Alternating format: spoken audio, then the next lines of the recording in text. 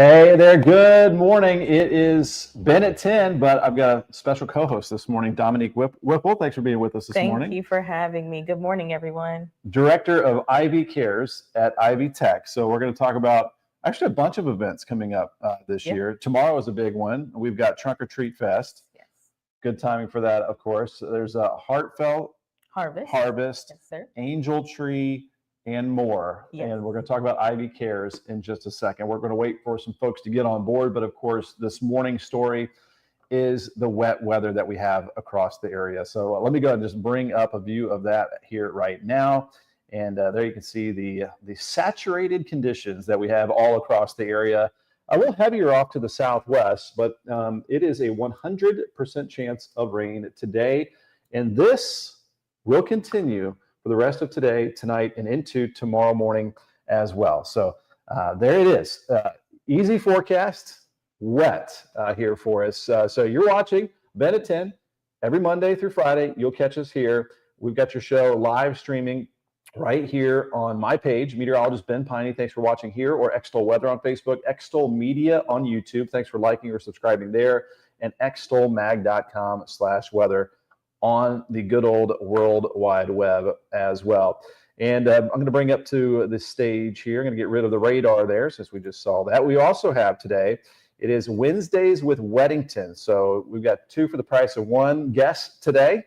Dominique here from Ivy Tech, and then we've got Brad Weddington that'll pop in just a second. So if you have any questions for Brad, by the way, you can drop them in the comments. Any questions from around your home, from the, as I always say, the basement to the roof, to the walls, to outside, we will have the answers to those questions here coming up probably around 10:20, I'm guessing. We're going to start off with Dominique, though, here in just a second. So let's get to that forecast here. Steady rain today through tomorrow morning, and then we're going to start to dry out from west to east gradually tomorrow afternoon. Then we're going to have some cool sunshine for our Halloween, temperatures in the upper 50s. Now, late to Friday evening, I should say, we'll be dropping into the 40s. So those warm costumes, probably a good idea. And then mostly dry this weekend, outside chance of a stray shower. And so far, looking pretty good to start off November next week. We'll take a look at that in the 7-day forecast here in just a moment. The good old play ball forecast, not a great day to be outside playing ball in any fashion. Lower 50s, kind of a raw day out there. Our rain chance at 100%, northeast wind at blowing at around 10 to 20 miles per hour. So it is going to be a little bit on the blustery side out there from time to time. And let me go ahead and bring this one back up to stage here, and want to bring up our partners and talk a little bit about them as well. First off, I want to remind you that you can always go to extolmag.com/weather.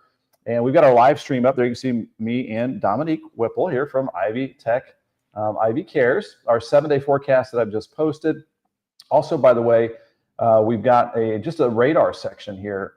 If you just go to weather and go to live radar, of course, that's important today. But you can see the hour-by-hour information that we have with your forecast. And you can go down and find out more about current conditions, sunrise, sunset, all of that good stuff. Just an incredible resource here for Southern Indiana and beyond. So that is the live radar section. But you can also pop in, again, you can see the interactive radar map here. You can plop on our temperatures in the upper 40s, low 50s. You can plop on the winds. So you can be your own meteorologist right there at extolmag.com/weather. As we take a live look outside at the gloomy conditions, this is the Falls of the Ohio Foundation.org camera. It is, again, not the best looking start to this Wednesday across much of the area. And again, we'll be talking with Dominique here in just a second, and with about Ivy Tech and all the things happening there. There's a live look outside of our Extol Media studios. Wet streets out there. I can hear it from inside the studio with the wetness whipping up on the tires there as we look there at the corner of Vincent's and Market here in uptown New Albany, Indiana. Make sure that roof is not leaking. And again, I want to thank our partners here, Lions Roofing, lionsroofingco.com, protecting your most valuable asset for a lifetime.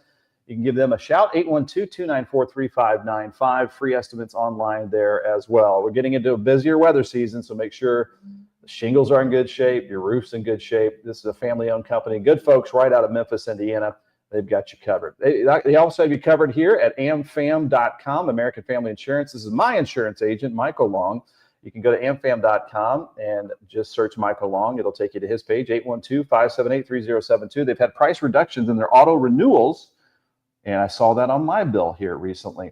And of course, our partners, the friendly folks here at Ivy Tech Sellersburg. You can go to ivytech.edu, go to the Sellersburg campus right here, and you belong here. They'll meet you wherever you're at. Like my kids, they met my kids in high school with dual credit, or if you're in your 30s or 40s, you want a career change. I had a recent career change. You can do that as well. And we're going to talk a lot about Ivy Cares as well and how they support their students there. And to talk a lot more about that, we have Dominique Whipple here from Ivy Tech, and we'll be talking more about that here in just a second. We've got some comments popping in, Dominique, and then we're going to let you talk a lot. Okay, thank you. I'm ready. Because I get a break. So here we go. We've got Perry Porter popping in the comments. Good morning with the coffee. Cheers. Dominique has water. I've got the coffee this morning. Specialized Ivan mug. Ivy, the Ivan tree, their mascot. And I've got a big happy every morning. And we've got Beverly Hagest from Borden, Indiana.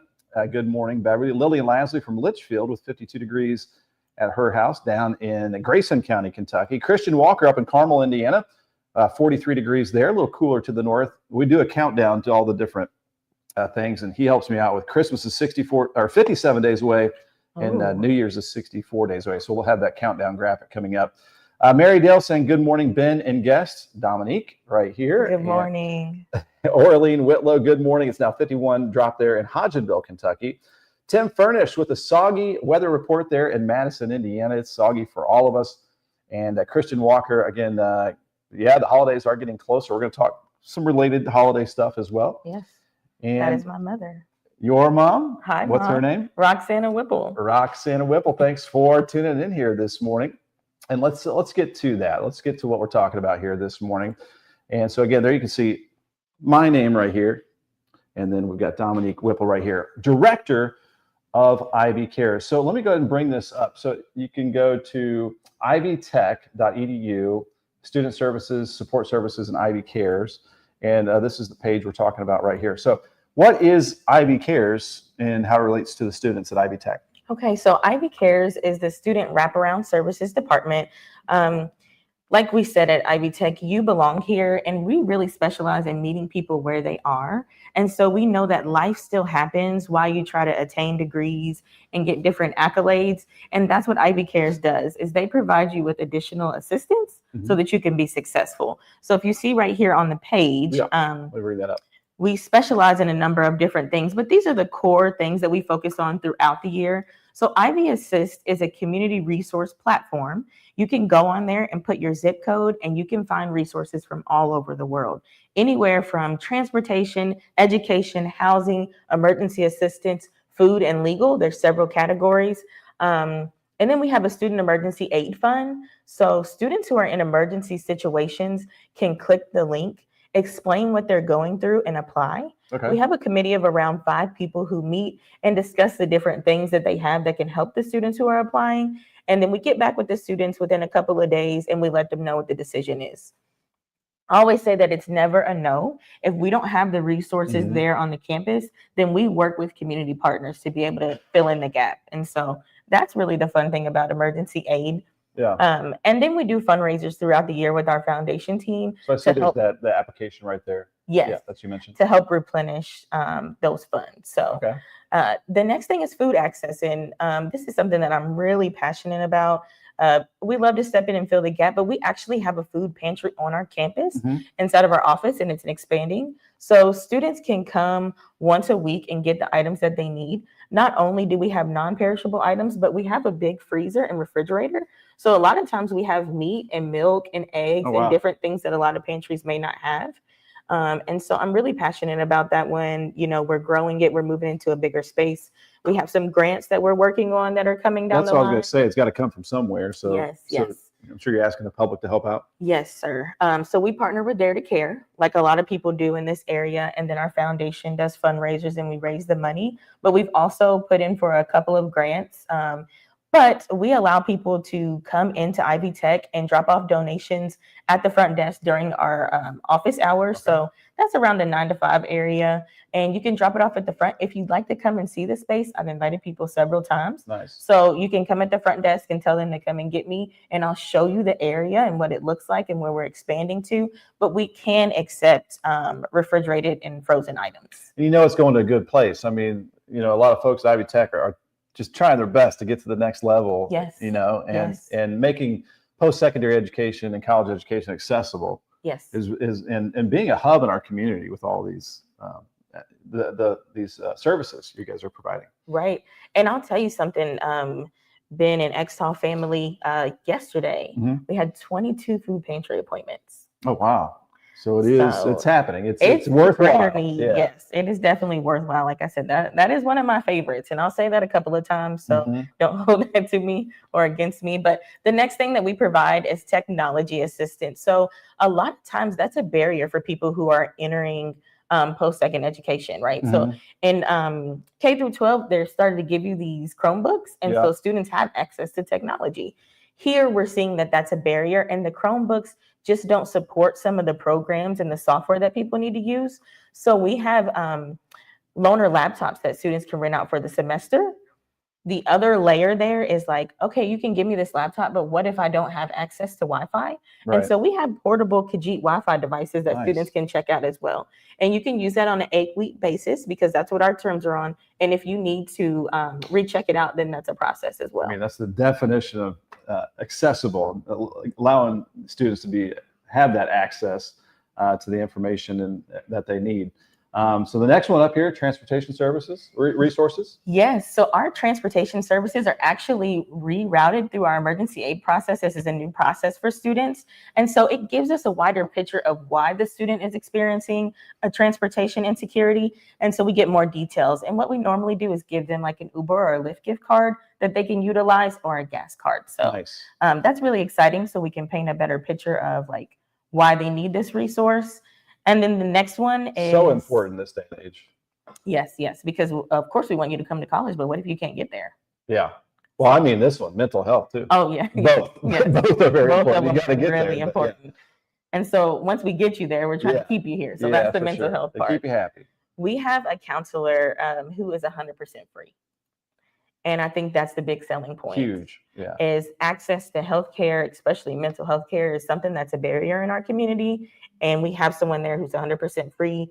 You can come in, have a consultation with her, discuss your meeting cadence, and she sees a wide variety of, topics that we discuss in other monthly groups. So we have a monthly mindful meets, and all of those topics that she sees in those sessions, we bring out for the broader community. So for example, the one that's coming up in November is about self-care. Okay. A lot of our students during the holidays tend to neglect themselves because around the holidays, you're focused on your family, right? And so we want you to know that you have to be whole within yourself so that you can pour into other people. So nice. We spend that time. And my together. daughter through Prosser got like 30, 40 dual credit in high school that transferred to IU Bloomington. She's got a passion for mental health. So she's going down that psychology route and very interested in that. And then, one of the fun things that's happening as well, let me bring this up here. So tomorrow it is Trunk or Treat Fest. And this is a big one at Ivy Tech, rain or shine. And thankfully I'm clearing the rain out in time for this. Thank you, Ben. It's going to be 5:30 until 7:30 tomorrow. Don't even have to mark it on your calendar. No. It's happening tomorrow. So make sure the kids get an extra head start, fill up those bags of candy, double up. Yes, please come out. Last year, we had 1,500 people. Wow, that's awesome. So we are anticipating the same number. We're ready. We have the candy, we have hot dogs, we have juice, we have chips, we have water, things that we're providing. We know that we're asking you to come during dinner time. So we're going to go ahead and take care of that for you. Nice. I will say, even though Ben has moved the weather out, we will be inside. Okay. So all you have to worry about is getting there. Where at inside? Like you got Fowl Hall, you got Ogle Hall. So that will be the second building. And we will have you. So if you've ever been to Ivy Tech, Ogle Hall is like kind of like a big circle. Or it's like beautiful too. Yeah, it's really nice. So you'll be moving around the hall. So you'll get to see how nice the inside of the building is. And the most important thing is you'll be warm. Yeah, you got like an art area and all kinds of Yes. cool stuff in there. And some special things that we'll have is we'll have the nursing haunted hallway. And then our VisCom students are going to be there taking family fall photos. So that's a nice touch. All right, so that is the Trunk or Treat Fest tomorrow, 5:30 to 7:30. By the way, if you're in Louisville or wherever you're at, say you're in Louisville, 9 miles north, exit 9, Highway 311. The campus is nestled right there. Very easy to get off Sellersburg. And that campus, by the way, is becoming a hub for the Sellersburg community. Baptist Health had a groundbreaking recently, and then the Family Scholar House, Yes. maybe next year or even sooner than that. Mm-hmm. So talk more about Ivy Cares, and also as the holidays coming close, we've got Heartfelt Harvest. Yes. What is that one? That's the next one. So Heartfelt Harvest is Thanksgiving support for students who attend Ivy Tech and their families. Really what we do is we provide a turkey or a ham and then all of the sides that you need to be successful for Thanksgiving. And what we saw over the last couple of years is that we were losing students during that time frame from December to January. And we really thought, like, what can we do to keep our students? How can we help support them? And some of the common themes that were coming up in student appointments were they were stressed during the holidays. So instead of them being happy about spending time with their family and about the joyous occasions, they were really worried about how they would make it work. And so for Heartfelt Harvest, all you have to do is when you sign into your Ivy Learn portal, which is where you do your assignments, it's at the top.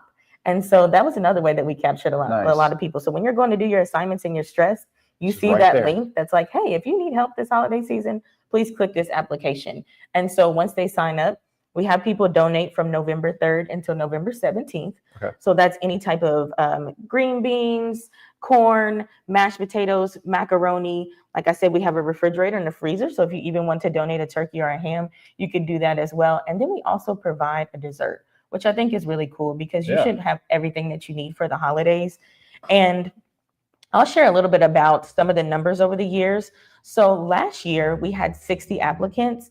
This year, we had to cut it off today. We actually have 95. Wow. And so what we did yesterday. The need is there. The need is great. So we have 95 students who are applying, but it's 365 people. That's included everyone in their family. Okay. So I thought it's really important for you all to know that. So if people want to donate and help out, how do they do that? Same thing, go to Ivy Tech? Yes. And so this year we're having bins around at different community partners. So I know that River Ridge is going to have a bin there. Okay. I know that 1SI is doing a bin, and we're trying to solicit other people who would like to have a Heartfelt Harvest bin at their office location to drop it off. But we will have one at the front desk at Ivy Tech if you'd love to contribute. So keep Ivy Tech in mind during the holidays. They're always accepting donations. They're a super convenient location there in Sellersburg. I mean, if you're there getting your Burger King, your Taco Bell, your Wendy's, your Starbucks. Yep. Getting gas, everything is right there. Just pop in their campus, drop something off, and that would be an easy thing to do. And then Angel Tree coming up, is that December? Yes. So because the overwhelming number of applicants for Heartfelt Harvest, we're actually going to open up the Angel Tree application for our students on November 7th. So we're opening up sooner than what we normally do, with hopes that people will get angels and they'll shop during Black Friday. Okay. So they'll get a discount. And what is that program for those like me who don't really know a whole lot about it? Yes. So our Angel Tree program is similar to the one with the Salvation Army. We identify the students who are in need through an application, and they come in and they talk to us about the number of people in their household, the number of kids they have, things they'd like, why they're in need during the holiday season, and then what other extra supports that they would need. After that, we make tags for each kid. We put them on a tree in our front lobby in the file building. That's the first building when you turn in. And then we allow community partners and staff and students to pick an angel off of the tree.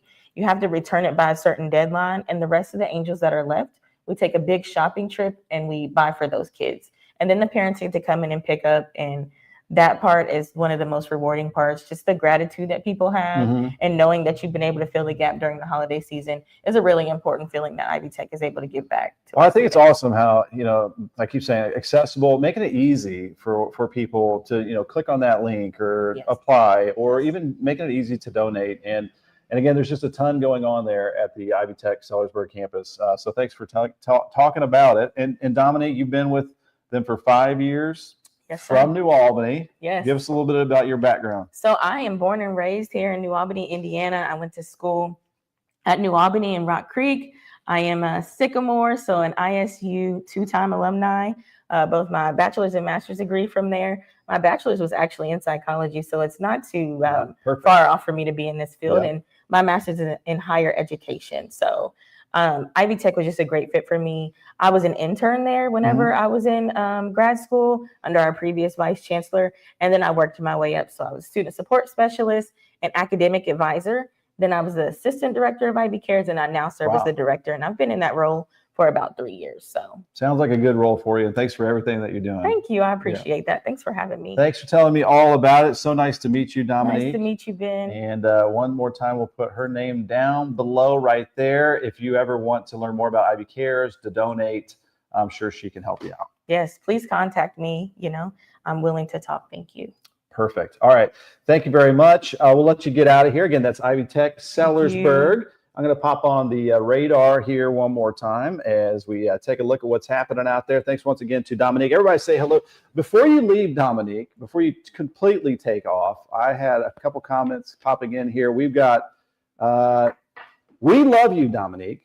Oh, that is my fiance and my daughter. That would make sense. They're watching the show. JK says, good morning, Ben and Dominique. I hope this rain stays light today. My fingers are crossed. It should stay pretty much light. Okay, so Perry Porter says, ask if Ivy Tech has a non-credit course. I'd like to learn the basics of computer. I'm 66 and just want to learn the basics. Okay, well, we actually refer people to the local library. They have classes like that. Yeah. Local library will help you out there. Yes. Mike Sievers says, good morning. Good morning. And another good morning from Dennis Gregory. And good morning. Mom says, great job. Thank you. All right. We'll let you go now. Thanks for coming in, by the way, on a wet morning. Thank you so much. It's not nice out there. All right, so that is, again, Dominique Whipple from Ivy Tech. So there you go. Here's the rain. We've got, by the way, you can see at the bottom of your screen, Brad Weddington from Weddington Custom Homes is about to join me, and we're going to talk about all things around the home. So if you have a question for Brad, we're going to talk about it. But take a look at the rain that we have all across the region. A low-pressure system is bringing in the soggy conditions. It's going to be a slow mover, so it will linger all the way through tomorrow morning and then start to dry out tomorrow afternoon. So as we take a look here and at the forecast, let me bring it up here to the stage, and then we'll bring Brad up here in just 1 second. Our high today at 52 degrees. So it is a raw rain out there. And later this afternoon, the northeast wind at around 10 to 20, so a bit breezy. I think this will add up to about an inch of rainfall, a little less over parts of southern Indiana, a little more over parts of Kentucky. The steady rain continues tonight with a low of 45 degrees, the north wind at around 10 to 15. And tomorrow's forecast, rain in the morning, drying out west to east in the afternoon, a high of around 55 degrees. And a north breeze out there, northwest breeze. Our 7-day forecast looking pretty good to start off our November. So for our Halloween Friday, 58 degrees down to 40 Friday night. We could touch the 40s later Friday evening, kind of late trick-or-treating. Either way, the warm costumes will be good. I put just a 20% chance of a sprinkle or a light rain shower this weekend. Temperatures in the upper 50s, lows in the upper 30s and low 40s. Mostly dry though this weekend. I think we'll have some passing clouds, a little bit of sunshine, but it'll be good to see the sun return after this gloomy pattern on Friday. And then as we go into next week, lower 60s and some sunshine Monday, Tuesday, Wednesday. So we are looking good there for all of that. All right, let me remove that and add this guy into the picture here. Is Mr. Brad Weddington. Let me put my little earpiece in so I can hear you. Are you there, sir? I'm here. Can you hear me? Loud and clear. Yeah. This is I was telling you yesterday, I was like, this is going to be the first morning Brad has not had a nice morning on Wednesdays with Weddington. Hey, it's still a nice morning. You're going to have to bear with me with my voice. I'm battling. I had an ear infection that drained down into my throat, and it's just been yeah, but it's okay. They got me pumped full of steroids, buddy. I'm ready to go. We'll take it easy on you here today. Okay. This is Brad Weddington, local custom home builder. That's his backyard there. I see a little fall color with the fall foliage in the background there. We got a few topics that I wanted to cover, but again, for you watching at home or at work, feel free to drop in the comments if you have any questions. Put Brad to the test here this morning. And Brad Vila, as I'm calling him this morning, this old house, or this new house, because he's a custom home builder. All right, so let me bring this up here. We got a lot of water-related things happening on this program today. So I want to talk about winter is right around the corner. I've been seeing some 20s later in kind of, maybe a couple weeks out. We'll see what happens. It's kind of far out, but I'm starting to see in the weather models some colder mornings down the road, as we should see. So what do you say about winterization around the house, Brad? Well, you see on that picture that you have there, that's on your house. That's a that's a hot cold, but typically you would just see the one valve. And if you go back to that picture, you'll see in between that valve, that piece of plastic that's like that clay color on the top. That's to relieve pressure, but sometimes that can get clogged. So on any modern hose bib, when you close that knob on the outside, it's actually closing a valve way back in on the back side of that shaft. And it's allowing that water to escape that cavity. So therefore, if it does freeze, you don't have any water in that cavity to freeze. Now, the one thing that will prevent that, though, is if you leave a hose hooked up to it, especially if you got like a sprayer on the other end of it. So any water that's in that water hose is trapped. It doesn't matter if that valve's closed way off in that wall or not. That water can't drain out of that cavity. So it will freeze. It will bust in the winter. You won't know it, though, because that valve is closed. The first time you'll know it is when you turn it on in the spring to water your plants and you have no pressure. And then you go, oh my gosh, where's all that water going? You might not be surprised about this, but I have forgotten many times. Yeah. Thankfully, it hasn't busted yet. But mine did. Mine did. Well, good. You're just like us, Brad. And the reason is I got onto my wife about it because she's got these chickens that she has to have and water and all that stuff. And she just flat out forgot to unhook it. And it wasn't until the spring. And I was like, great. But luckily, the one area of my basement that's unfinished is where it leaked into. So I was able to access it, cut it off, put a new one on. That works out. Fun stuff. Before the next topic, I wanted to say I've ran into several people that say this is the favorite part of the Ben at 10 show, which I take a little offense to, but I'm happy they love Brad Weddington. Me too. All right, here we're moving on to the next topic here. Again, water related. So this is above our front door. It doesn't look that bad, by the way. I think the picture made it look worse than it is. But above our front door in our house, we've got a bedroom door that goes out into a deck. And then I think some water was getting underneath from above and then creating that little water spot on the drywall. So obviously needed to caulk that up, stop that problem. Haven't seen it happen since. But if you're seeing any water spots, on drywall, what's the best process to do after that? The best process on something like that is obviously find where the water's coming from, which you know where it's coming from on yours. It's that exposed door up there on that open deck. Just needs to be resealed. And you're right with water spots. A lot of times they look way worse than what they really are. Because that's just pulling coloration from the wood that it's running over, and it's just staining that drywall. So once you have the problem fixed, you're going to want to use it's a brand that I use called Kilz, K-I-L-Z. There's other brands, but that's just kind of the well-known one. You'll spray Kilz on that stain, and then once that Kilz dries, then you can paint it with your typical ceiling paint.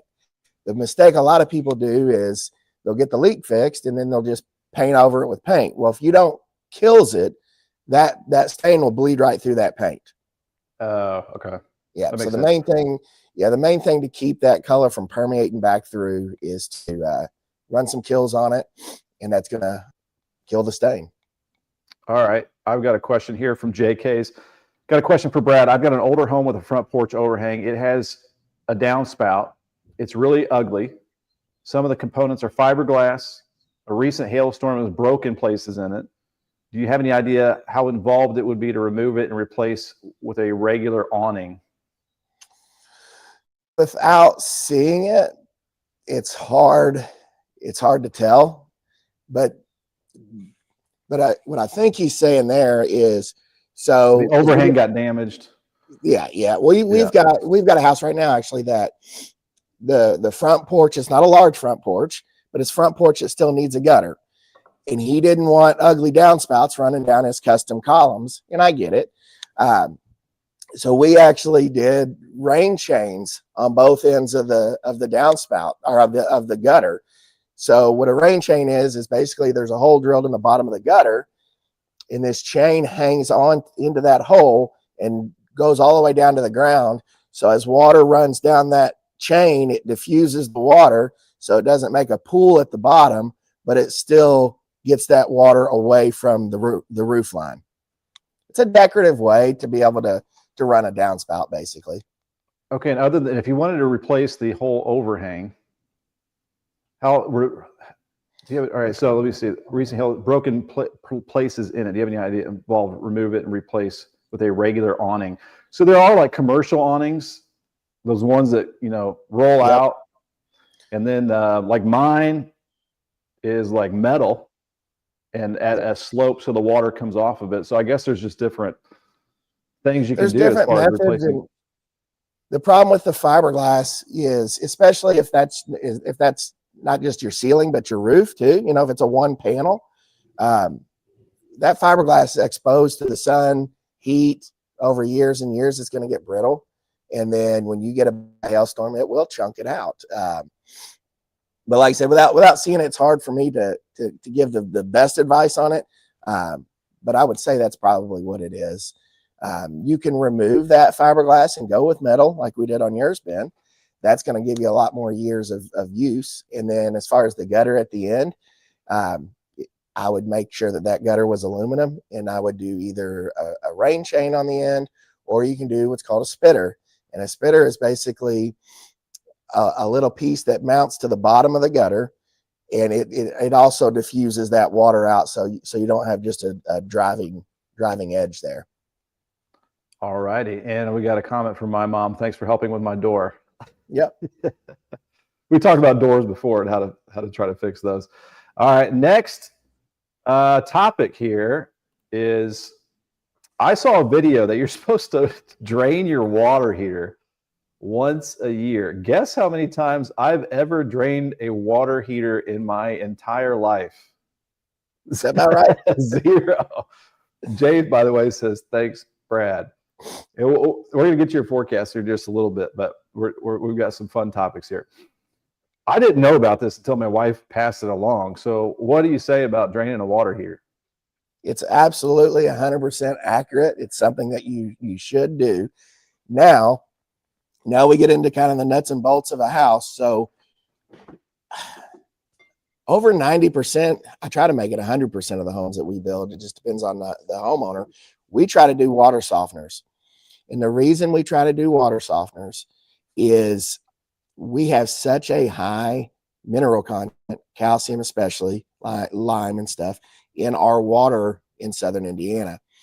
Mm-hmm. So if you do a water softener, we make sure that the main water line coming in hits that water softener before it ever even goes into your water heater.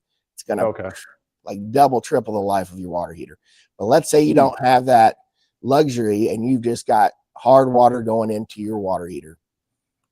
I can tell you, if you drain your water heater once per year, you will so prolong the life of that. And the reason being is that sediment will start to build up in the base of that water heater. Mm-hmm. And on your water heater, an electric water heater, you've got 2 electrodes in there that's generating the heat. You got a low and a high. Over time, that sediment will build up and eventually short out that low element. Oh, great.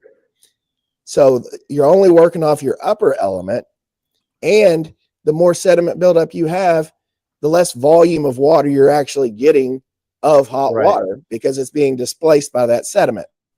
Thanks for putting another fear in my life here, Brad. It's not another fear. It's actually a really simple thing to tackle. I see the drain at the bottom. Yes. The one note I did hear that if you've got gas, you got to be more careful with that to shut it off properly. I've got electric though. So on the electric, it's a big thing too, because if you want to know the process of draining your water heater, I'll walk you right through it real quick. Okay. Number one, make sure if it's an electric water heater, you turn the power off to it before you do anything. Turn the main power off to it. Once you turn the main power off to it, you'll notice on the top of the water heater where it feeds in, you'll have a shut valve. Older homes are going to have a screw style shut-off valve. Newer homes are going to have a ball valve. So on a ball valve, if that valve is in line with the line, it's on. To close it, you go perpendicular. So now that you got the power off and the water off, then you go to the bottom of the water heater, screw a water hose in, let it run out the door, and then open that valve, let it drain completely. You'll see chunky stuff come out of the end of that hose. That's good. You're getting it out. Once you've got it completely drained, you'll take the water hose off, close that valve. Then you're going to go to the water heat or to the valve on the top of the water heater, turn it back on. And a good way is go to a sink and open up the valve of the sink to allow that pressure, that air pressure to escape. Once it's completely full, and you'll know when it's done because it will stop sounding like running water. Once it's completely full, then you turn the power onto it. Because the way those elements work is if you do what we call quote unquote dry firing, if you turn the electric onto that water heater without water to insulate those electrodes, you'll burn them up that fast. So power off, valve shut, hose in the bottom. Is there a valve at the hose in the bottom? There's a valve at the hose at the bottom, but it's not a typical valve. You use a flathead screwdriver and you twist it. Yeah, and that's going to open that valve. Once after you put the hose on, open that valve up. Yep, let it drain. Sludge is going to come out, and then close that valve at the bottom again. Yep. We're going to open the water back up, and then we're going to turn it back on. Once it's completely full. Once it's completely all right. I just had a little education here for myself. I think I can do that. Boy, Diane Miller, sounds like a great project for you and Mike, her husband. Nice. Yeah, that is crazy though. There probably is quite a bit of sludge because we do have some pretty hard water where we live. Yeah, there's a lot. There's a lot of things that you can really do to be proactive and really prolong the life. It's like a vehicle. I mean, when you look at a vehicle, if you take it in and get its oil changed regularly, it's going to last a lot longer. It's the same on a house. There's parts of a home that need attention, and you can add it as part of your annual spring cleaning or whatever it comes to. It's not a long drawn out process. It's fairly simple. A little time consuming, might take you 20 or 30 minutes. But once you do it once, you'll be like, all right, this is pretty simple. All right, so we got this crap all around the area, Brad. It's called rain, and it's continuing through tomorrow morning. It's eventually we'll get snow later this year. The weather gets worse and worse. Any other things to watch out for this time of the year? Just leaks or air leaks or anything like that? Checkups on the HVAC? Checkups on that. It's always good to do a nice fall service, just going into the winter to make sure everything's good. Just when it comes to, make sure you're dealing with a good reputable company when it comes to your HVAC service. Check them out, check references, make sure that they're only doing the necessary that needs to be done. Other than that, make sure everything's sealed up, make sure your stripping is good. That's one thing that a lot of people overlook is, the weather stripping around your exterior doors. Over time with that door being shut constantly, that's going to basically flex that weather stripping out. It's good to replace it every 10 to 15 years. And it's super easy to do. Home Depot, Lowe's sells the strips. It's literally, you just pull it out, put the new one in, 5-minute ordeal, and you've got a new weather stripping in your door. So, and I'm sorry, the dog's barking in the background. Just rip it off like tape, the old one. Well, it's got a where it fits. There's a groove in your door frame itself, where that groove it's plastic fingers that fit into there. So you grab the bottom corner of that and just pull it. It pulls all the way out, and the new piece just pushes right back into the existing seam that's there. So very simple. Oh, the list is getting longer and longer. Well, yeah, your home is over a decade old. It's time to start doing some maintenance. That's part of being a homeowner. I know. Yes. I get it. And part of being lazy like I am. All right. Anything else, Brad, before we send you away? Anything custom home building wise? If people want to get in touch with you, learn more about Weddington Custom Homes? Yeah, you just go to the website, weddingtoncustomhomes.com, shoot me an email. We're booking up pretty good. So we've been very, very blessed. And, we're currently taking on projects for late summer, early fall of 26. So we're pretty booked up to the spring and summer. Really happy about that. And just reach out to me anytime, and we'll figure out a way to make it work. All right, we've got his address there scrolling across the bottom of your screen. And good episode here today with Wednesdays with Weddington. Thanks, Brad. I'll let you get back inside where it's a little more comfortable. All right, buddy. Thanks, buddy. Thanks for being with us. All right, that is Brad, Mr. Brad Weddington. And again, if you have any other questions, you can always just drop them in the comments so we can get to them next time. It is a gloomy start. This has been at 10. We had Dominique Whipple from Ivy Cares, Ivy Tech on with the long interview earlier. We just had Brad. If you missed anything, you can watch the replay. I'll be putting out some videos as well. We're going to be digging into the forecast here as well as we're talking about the slow moving upper level low pressure system. Of course, if you have any weather questions, that's what this show is about as well. But look at this spin right here. That is low pressure. It is counterclockwise motion. It is what is called cyclonic motion. And so that means it is a storm system. Of course, a much worse version of a cyclonic motion, counterclockwise motion, is Hurricane Melissa. And that is down south. So that, of course, is not Hurricane Melissa. Melissa here has made landfall after moving over Jamaica as a Category 5 historic storm. Christian asking about the hurricane right there. There it is. So it is now about to move off of the eastern tip of Cuba. It is a Category 2 hurricane moving northeast at around 14 miles per hour. And then we'll be heading over the southeastern portions of the Bahamas as a Category 1 hurricane.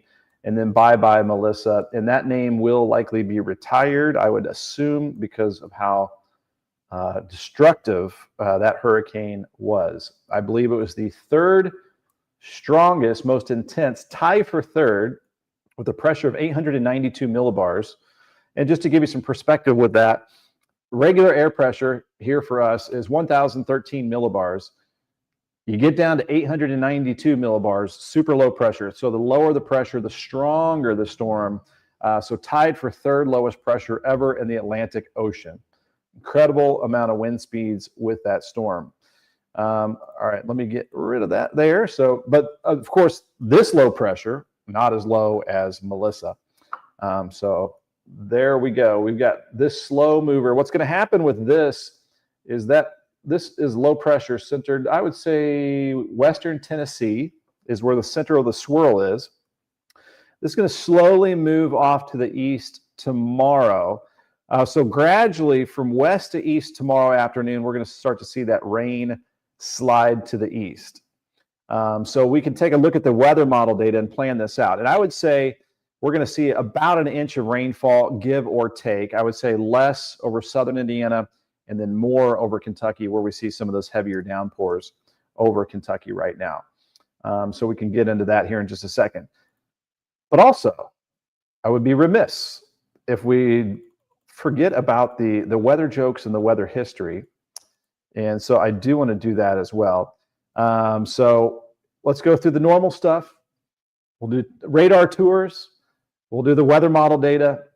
And then we'll wrap up this long edition of Ben at 10. So if you're here with me the entire time, God bless you. Thanks for being here the entire time. But if you're hopping on a little bit later, we'll have a recap of the forecast as well here in just a second. So let me go ahead and get rid of that and bring up this. And by the way, this is probably what it looks like outside your window as well. Wet streets, soggy, saturated all across the area, low clouds, using the windshield wipers out there. Tried to put some Rain-X on our vehicles last night. before the rain got us. But here's a look at the countdown here. Time change in 4 days with the 5:42 p.m. sunsets. And 13 days, average highs in the 50s. We're getting a head start there. We've got 50s for the rest of this week. Average first flurries in about 17 days. And Thanksgiving in just 29 days. Christian saying, we're going to go pass out candy to the trick-or-treaters. We're not going to go out trick-or-treating. We're not going to go out either. My kids are getting a little too old for that. Here's look at all this weather history for today. So 1867, back in the day, a strong Category 3 hurricane struck the Virginia Islands and Puerto Rico, the Virgin Islands and Puerto Rico, sinking 50 ships, killing over 800 people. 1948, historic smog event occurred in the town of Donora, Pennsylvania. The smog killed 20 people and sickened 7,000. That is insane. 1985, Hurricane Juan came ashore in Morgan City, Louisiana as a Category 1. However, its very slow and bizarre looping track caused torrential rain to inundate the Gulf Coast and the Appalachians from October 28th to November 1st, a foot of rain recorded in Mobile. 1998, Hurricane Mitch, deadliest Atlantic hurricane since 1780, struck Central America, killing 11,000 people. Winds peaked at 180 miles per hour and maintained hurricane intensity for 24 hours after making landfall. The tropical system drenched the region with over a foot of rain. 1999, super cyclone swept from the Bay of Bengal, killing almost 10,000 people, leaving many homeless in India. 2012, Hurricane Sandy roared into New Jersey, 80-mile-per-hour winds, 30-foot waves from Chesapeake Bay to New England. 148 direct fatalities and millions were without electricity for up to 3 weeks. 2024, last year, flash floods in southern and eastern Spain destroyed homes and killed 211 people, which was the country's worst flood death toll in modern history. Helicopters were needed to lift people from their homes as muddy water washed vehicles down the street. This was a bad day in weather history, October 29th. Switching gears. Stupid weather jokes, not always weather related. Why do mushrooms get invited to all the parties? Because they are such fun guys. Fun guys. Why couldn't the bad pirate learn the alphabet? Because he always got lost at sea. How bad were the fish's grades? They were below sea level. What did the cucumber say to the pickle? You mean a great deal to me. All right, here's your forecast today. We're about to get into the weather model data. Hang with me. We're going to time out this rain hour by hour. Look ahead as well. 52 degrees, steady rain today. Northeast wind around 10 to 20. Sunset at 6:46. And tonight's forecast, a low of 45 degrees with steady rain, cloudy and chilly tonight. And up to around an inch of rainfall total by tomorrow morning. Still some light rain tomorrow morning for our Thursday start. And then gradually from west to east, we'll start to taper off that rain tomorrow afternoon. Maybe still a touch breezy. Winds from the northwest tomorrow at around 10 to 15. In the 7-day forecast, cool sunshine for our Halloween. And maybe dropping into the 40s by late tomorrow, or Friday evening, I should say, for our trick-or-treaters. So whoever has the warm costumes will be more comfortable out there. A little chilly at nighttime, upper 30s, low 40s through the long range here. And we could have a little kind of weak system move through this weekend. It might, prompt a sprinkle or a brief light rain shower, but I think a lot of the weekend looks dry. Lillian's got my backs with the funny jokes. Appreciate you, Lillian. And upper 50s Saturday, Sunday. Now, next week, looks like we could have a decent spell of dry weather for our first work week of November with lower 60s and some sunshine Monday, Tuesday, Wednesday. It wasn't looking like until maybe late next week or weekend when we might have a decent front move through. We can look at that with the long-range GFS weather model here in just a second. This might be a record-long Ben at 10 this morning. We'll see. No, we did several hours of severe weather coverage, but that wasn't Ben at 10. This is a regular old Ben at 10, and this might be a record-long one. Got plenty to talk about here today. All right, we're talking about the rain, of course. There's this slow-moving low-pressure system. Let me go ahead and get out of the full screen, and we'll go ahead and bring up the weather models. And I think we'll just do one high res. They're pretty comparable, pretty much the same, I would say. I'm going to go ahead and just bring up the NAM 3 kilometer. It's already loaded up here, and that's showing the system that we have very well. This is not actually radar. This is actually computer data, the mathematics of meteorology. I can't even say meteorology. And so this is your weather model data. Millions of math problems at work here for you in graphical form. So looking ahead to 3 p.m. today, the rain continues. I'll just jump ahead to 8 p.m. today. It's going to look pretty similar. There's more rain over our area, just a soaker all day today. That's why I put 100% chance of rain today. Going into the late night hours, now we're at 1 a.m. as this pops up. Now, the low pressure system at 1 a.m. is now right about here. So this is the front side of it, and this is the back side of it. So tomorrow morning, we still have wraparound, lingering light rain showers. I'm going to stop this here at 7 a.m. tomorrow. There you can see the slow nature of this system. I would say by 7 o'clock tomorrow morning, the low is right about there. You've got this flow around it. So we're going to be with this north flow just like that, and keeping some moisture around the area for a chilly, raw, wet start to our Thursday. Now going into, I'm going to stop it here at noon tomorrow for our October 30th.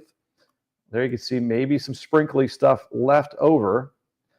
This thing is just not in a hurry to get out of here. And then as we go to, let's say, early mid-afternoon, that's when we start to see that rain starting to scoot off to the east. So gradually drying out from west to east tomorrow afternoon. Might actually clear out to some sunshine by tomorrow afternoon, especially for areas west of I-65. So improving conditions overall tomorrow afternoon. A cool day with temperatures in the 50s, and that rain will continue to scoot off to the east of us throughout the day tomorrow. Now I'm going to go ahead and bring on the GFS weather model, and we'll look farther down the road. So as we go into, this is tomorrow evening, that low pressure system has now scooted farther off to the east, and we're starting to bring in some drier air behind that system. So we'll say goodbye to that upper level low pressure system. Orlean Whitlow, that was some pretty cool jokes today. Well, thank you very much. If you missed any of the jokes, you can watch the replay and then check them out, or the weather history. Christian, we've got a couple pumpkins out there. Thankfully, it's been, cool enough. The pumpkins haven't rotted and they haven't frozen. So we've been kind of nice. Here's our Friday afternoon. We are dry across the region. This is 2 p.m. Friday. For trick-or-treating Friday evening, we are dry. I'll go here at 8 p.m. and we'll look at the temperatures here if there's some late trick-or-treaters out there. This is 8 p.m. Friday evening. And you can see by that time, we might start to see some temperatures dipping down into the 40s. So definitely some jacket weather for the trick-or-treaters out there. I'm going to head back to the reflectivity, which is the rainfall with the GFS weather model. And then as we go into our Saturday afternoon here, there is just a little system. Notice there's like a little blip. That's why I put a 20% chance on the 7-day. There might be a sprinkle out of this. Probably mostly cloudy this weekend. But I would say mostly dry overall. And then as we go into our Sunday, this is 11 a.m. Sunday, November 2nd. We're going to have the earlier sunrises. We fall back an hour with our clocks Saturday night before we go to bed. And our sunset will be 5:42 p.m. So this is our Sunday afternoon. It also shows just a little bit of a blip of green right there on the cool side with highs in the 50s. Okay, with that said, so that gets us through the weekend. And then we're pretty dry through next week. And then we'll look ahead to the next front. So I'm going to bring up the temperature map. And now that we're getting long range, it is now time for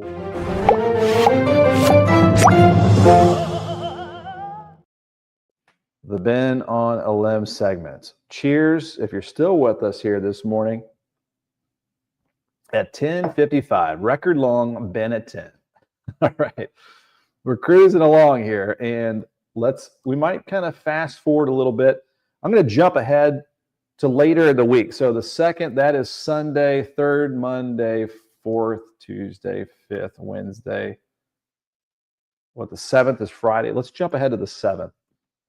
So because next week is pretty quiet, let's see if we can get a front starting to work across the area. Let's see when this front might be moving in.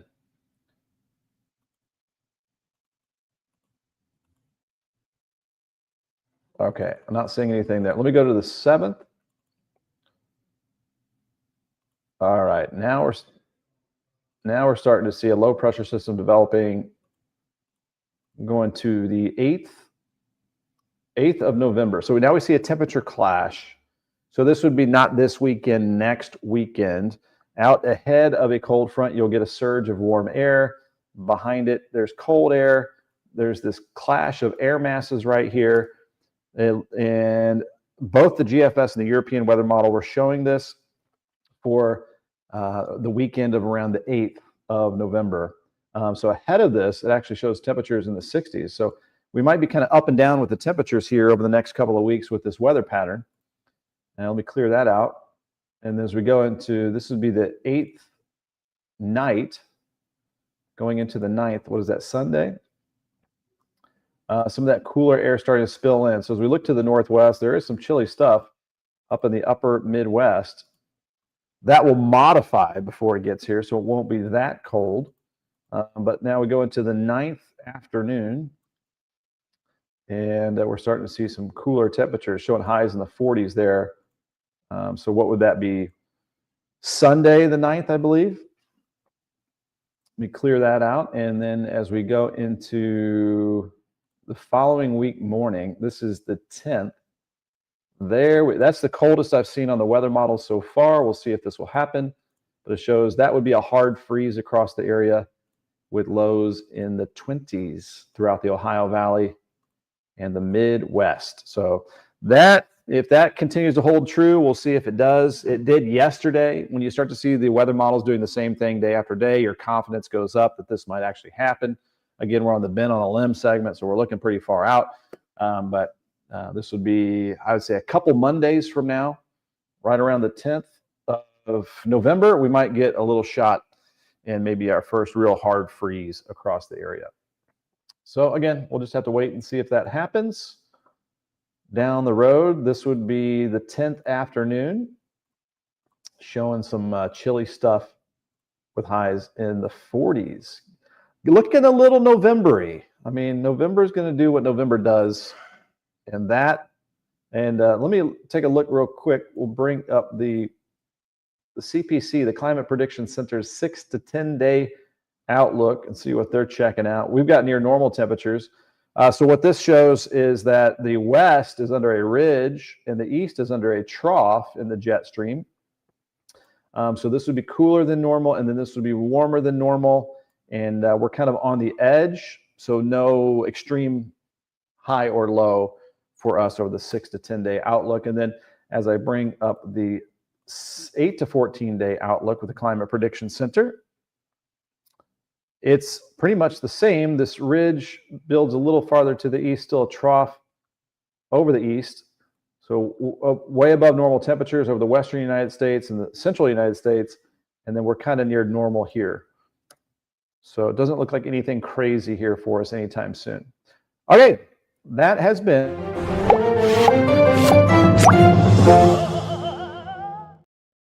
the Ben on a Limb. All right, let's bring up the live current conditions, a tour of the radar. We'll get to the forecast, and then we'll wrap it up here on a Monday.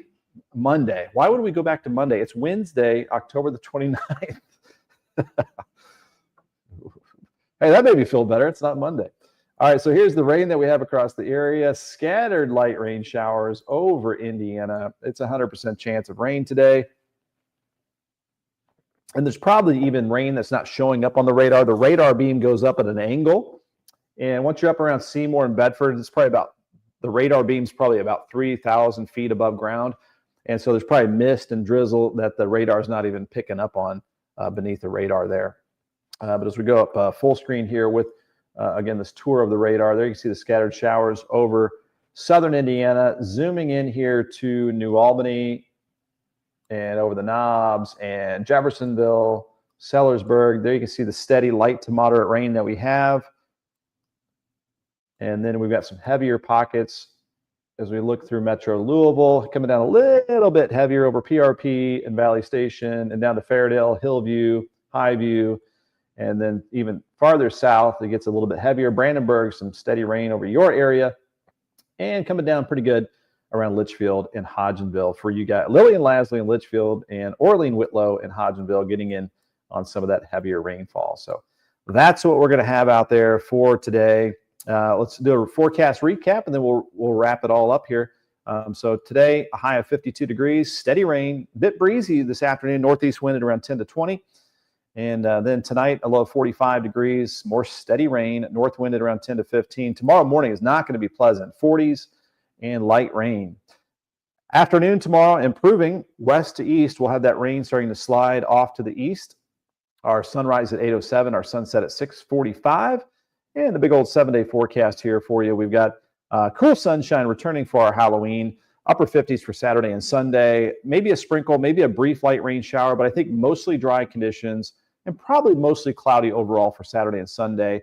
Not a bad first November weekend. And our first work week of November is right now looking pretty nice. Could have a pretty good long stretch of dry weather with high pressure moving in, lower 60s and some sunshine next Monday, Tuesday, and Wednesday. So again, not too shabby looking at next week. And before we wrap things up completely here, and just a friendly reminder, you can always get your weather resources all the time here at extolmag.com/weather. We've got the live stream up right now, hitting the refresh button. We had Dominique Whipple on from earlier from Ivy Cares, Ivy Tech, talking about all of the community involvement they are in and helping out their students there and their families. She was on at the beginning of the show if you want to rewatch that. And then we got our live cam. This is the Falls, the OhioFoundation.org camera, looking at the gloomy conditions there along the waterfront. The ground is just melting into the sky. It's all just gloomy and gray out there. Oops, we got a phone call. Give them a shout later. All right, so this is our partners here at Lyons Roofing. If you're getting any leaky roofs, any messed up shingles, you want to get it checked out, you got a free estimate right here. You can also just give them a call, 812-294-3595. Family-owned company right out of Memphis, Indiana. Some nice folks there. They got a career section here. If you go to lionsroofingco.com, they've got a roofing repair technician job opening as well. And then here's my buddy Michael Long, my insurance agent, my mom's insurance agent, home, auto, a lot of other things you can have insured. And if you want to check out, maybe there's some price reductions in their auto renewal policies, amfam.com. Search Michael Long. It'll get you connected with him. Again, that number is 812-578-3072. Proud to be an American Star Certified Agency, excellence in customer experience. And a shout out again to our partners here at Ivy Tech, ivytech.edu. Cruise right over here to the Sellersburg location. You're going to learn a lot about there. And you can also go to their search Ivy Cares and learn about how they are assisting our community, empowering, lifting folks up, empowering the workforce throughout our region. So there we go. That is going to do it. That is a really long been at 10. Looking at some of our last comments here. And Christian saying, have a good Wednesday, almost November, almost the weekend. There you go. Looking ahead. And we're working for the weekend. Orlean Whitlow, it would be nice to have a little warm weather before we get really cold, crossing the fingers. I think we'll have some 60s back, Orlean, so it'll get a little bit better next week. And Mary Dale saying, overall, the forecast looks pretty decent. I agree. It is pretty decent, especially for early November. Usually, it's going to continue to go. It's the fall season. Things continue to go down. So late November usually gets a little more interesting. And we'll leave it here with Christian. Have a good Wednesday. Meteorologist Ben Peine. Almost November. Have a great day. And again, almost the weekend. There you go. We're looking ahead. All right. Thanks for joining us. I want to thank Dominique Whipple from Ivy Cares, Ivy Tech for the interview, letting us know about their Trunk or Treat Fest tomorrow evening on their campus. It's going to be indoors in the Ogle Center there. Beautiful spot. So rain or shine, but it's going to be dry. So head out there and get a pre-fill. day before Halloween on all the candy out there for the kids. They had 1,500 people there last year. So come on out there, Trunk or Treat Fest, Ivy Tech. And I want to thank my buddy Brad Weddington at Weddington Custom Homes for Wednesdays with Weddington today. All right, it's going to be pretty gloomy tomorrow morning. We'll see you same time, same place. It's been at 10. Thanks for liking, subscribing, whether it's on my page, Meteorologist Ben Peine, Extol Weather on Facebook, Extol Media on YouTube, extolmag.com/weather on the World Wide Web. And Carol Payne, pop it in with the last comment. I don't mind a good rainy day. Hey, no flooding, no severe weather. The earth needs rain, right? So might as well get it in the middle of the work week.